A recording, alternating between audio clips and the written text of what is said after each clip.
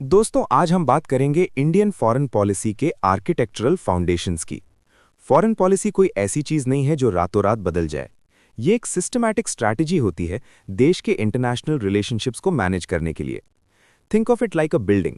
जैसे एक बिल्डिंग के लिए ब्लूप्रिंट चाहिए होता है, वैसे ही इंडिया की डिप्लोमेसी के भी अपने स्ट्रक्चरल गाइडलाइंस हैं।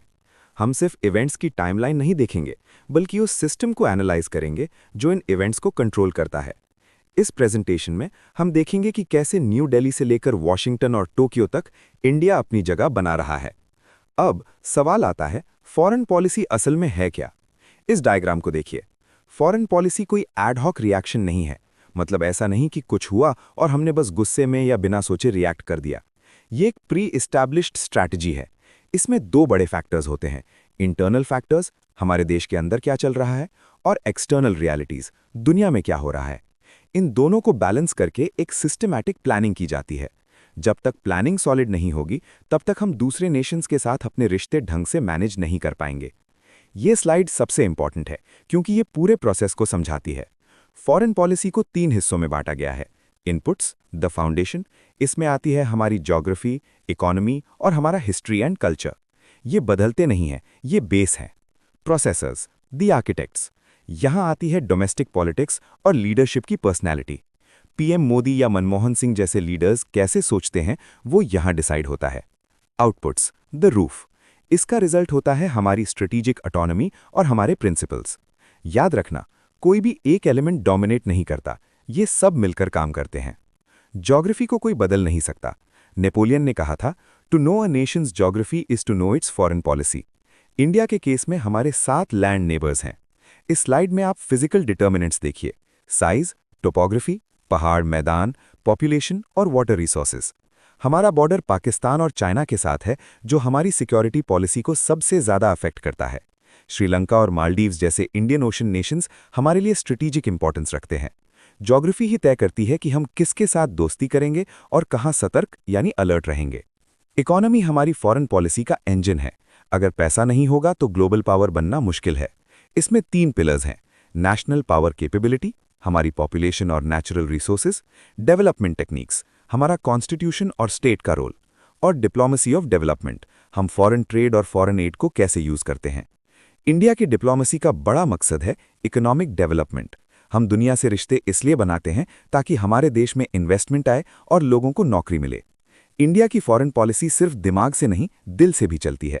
हमारा कोर फिलॉसफी है वसुधैव कुटुंबकम, यानी पूरी दुनिया एक परिवार है। हमारी हिस्ट्री ने हमें एंटी इंपीरियलिज्म सिखाया है, क्योंकि हमने ब्रिटिश रूल का दुख झेला है। इसलिए हम आज भी अपार्थाइड और कोलोनियलिज्म के खिलाफ खड़े होते हैं। इस स्लाइड में आप गांधीयन फिलॉसफी और पंचशील भी देख सकते हैं, जो पीस और म्यूचुअल रिस्पेक्ट की बात करते हैं। हम रियलिज्म को भी मानते हैं, पर हमारी रूट्स हमारी संस्कृति में हैं। पॉलिसी सिर्फ बंद कमरों में नहीं बनती, डोमेस्टिक एनवायरनमेंट्स का बहुत प्रेशर होता है। पब्लिक ओपिनियन, लोग क्या चाहते हैं, प्रेशर ग्रुप्स, लॉबिंग करने वाले लोग, एलीट रूलिंग क्लास जो डिसीजन मेकर्स हैं। देश के अंदर की सिचुएशन तय करती है कि हम बाहर कैसे बिहेव करेंगे।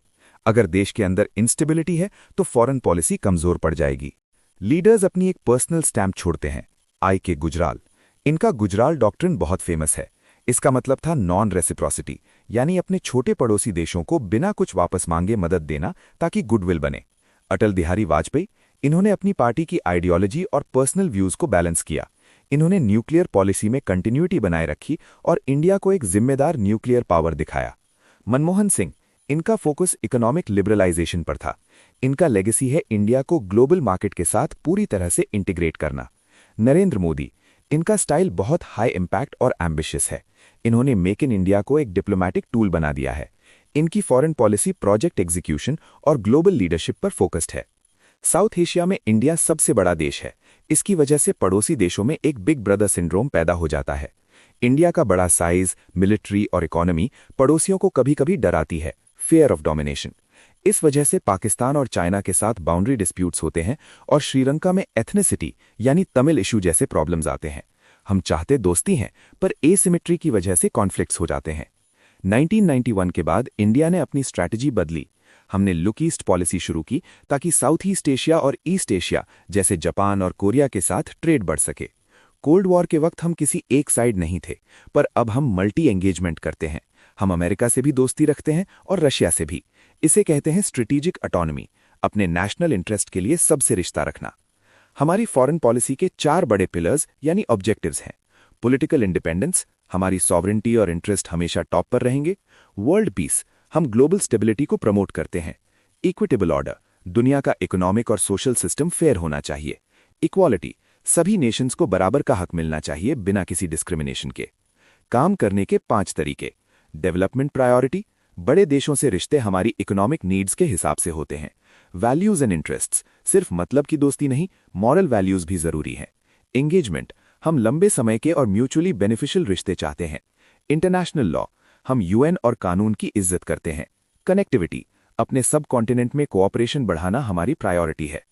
कंक्लूजन ये है कि फॉरेन पॉलिसी एक कॉम्प्लेक्स सिंथेसिस है। इसमें इंटरनल, एक्सटर्नल, ह्यूमन और नॉन ह्यूमन फैक्टर्स सब मिले हुए हैं। हम किसी एक चीज को दूसरे से बड़ा नहीं बोल सकते। ये सब मिलकर एक कलेक्टिव फंक्शन करते हैं। जब ये सारे फोर्सेस बैलेंस में होते हैं, तभी इंडिया की पोजीशन दुनिया में मजबूत होती है। समरी के लिए इस टेबल को देखिए। डिटर्मिनेंट्स, ज्योग्राफी, 7 नेबर्स, इकोनॉमी और हिस्ट्री, वसुधैव कुटुंबकम। आर्किटेक्ट्स, गुजराल, वाजपेयी, सिंह और Modi. Environment, regional, big brother syndrome और global, look east policy. Objectives, peace, equality, independence और फेयर ऑर्डर। ये है इंडिया की फॉरेन पॉलिसी का असली आर्किटेक्चर।